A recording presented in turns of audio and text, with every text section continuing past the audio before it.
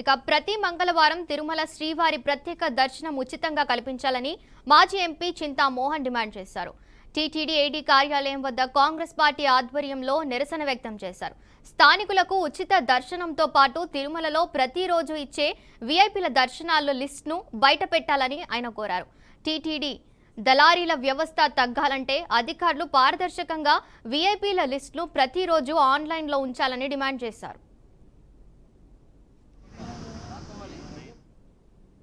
Congress party అధికారంలో ఉన్నప్పుడు ప్రతి మంగళవారం తిరుపతి స్థానికులకు ప్రత్యేక ప్రవేశ దర్శనం ఇచ్చేవాళ్ళం. 5,000 మంది దాదాపుగా బాపిరాజు చైర్మన్ గా ఉన్నప్పుడు మేము ఇచ్చాం. దాన్ని మళ్ళా ప్రవేశపెట్టమని మేము తిరుమల తిరుపతి దేవస్థానాన్ని చంద్రబాబు నాయుడిని మేము సూటిగా డిమాండ్ చేస్తున్నాం. తెలంగాణ వాళ్ళు దర్శనం కావాలంటున్నారు. ఇక్కడ ముఖ్యమంత్రులు కలిసినప్పుడు ఆ మంత్రులు అడిగారు మా వాళ్ళకు కూడా ఇయ్యండి అని. మేము తిరుపతి వాళ్ళం అడుగుతున్నాం. కాంగ్రెస్ పార్టీ ఇచ్చింది ఇది, మిమ్మల్ని కొత్తగా చేయమంటాంలే. కాంగ్రెస్ పార్టీ ఇచ్చినటువంటి మంగళవారం ప్రత్యేక ప్రవేశ దర్శనం ప్రతి మంగళవారం.